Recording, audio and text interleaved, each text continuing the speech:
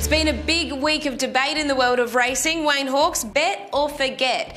Craig Williams deserved to keep the ride on Mr Brightside. Bet, Britt. The bottom line is I can't even believe they contemplated dragging Craig. If you've done something wrong, fair's fair. But the way he rode that horse on Saturday, Mr Brightside, it was never going to win. Jenny pulled his pants down and just burned him off his legs. Simple I think the preference for them was that he went forward, was more positive, and if he ended up 3 deep, so be it. But I think to everybody watching, they thought, well, there wasn't much he could do drawn out there. Righto, so the question is this then. He didn't follow instructions, so he went on his own accord and rode it perfectly well. Should he have ridden to instructions? I'm sure it would have been clear. He didn't follow it. So should he be reprimanded for that?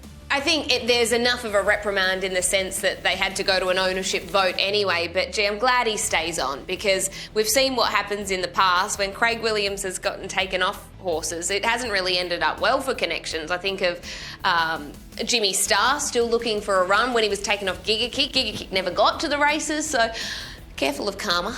One thing I learned a long, long time ago in this industry, never ever make a decision on race day, because the next day you wake up and you look at things a hell of a lot differently sometimes. Speaking of jockeys, Ryan Moore's in town for the Slipper on Saturday. Is he the best jockey for Storm Boy, Britt? Bet or forget?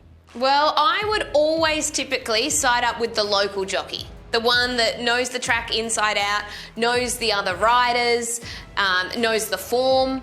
We only have to look at what he did this time last year on Shinzo in the Slipper. He can obviously get the job done, but if it were up to me, I would side with the local. He is the world's best jockey. He does fly how we travel around the state, even our country. He flies internationally week in, week out, and he does nail it. I guess that's what separates those elite jockeys. We've seen Ryan do it all around the world. We see J-Mac do it in Hong Kong. But with that being said, they're flying in to ride seriously good horses, not donkeys.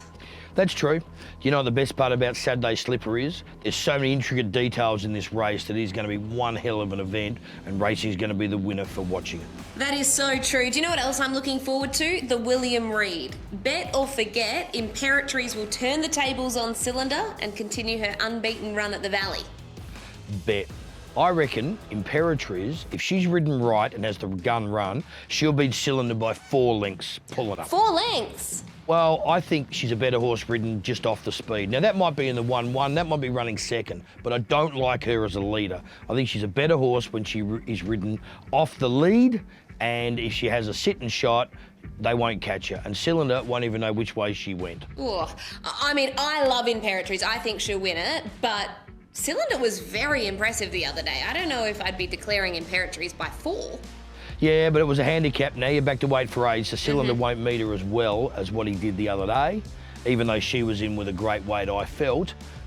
Wait for Age is a totally different ball game. When you're a home track specialist, stick to it, and she's back at her old famous stomping ground. Well, it is a massive weekend for racing. We can agree on that. See you next week for Bet or Forget. You win some, you lose more. For free and confidential support, call the number on the screen or visit the website.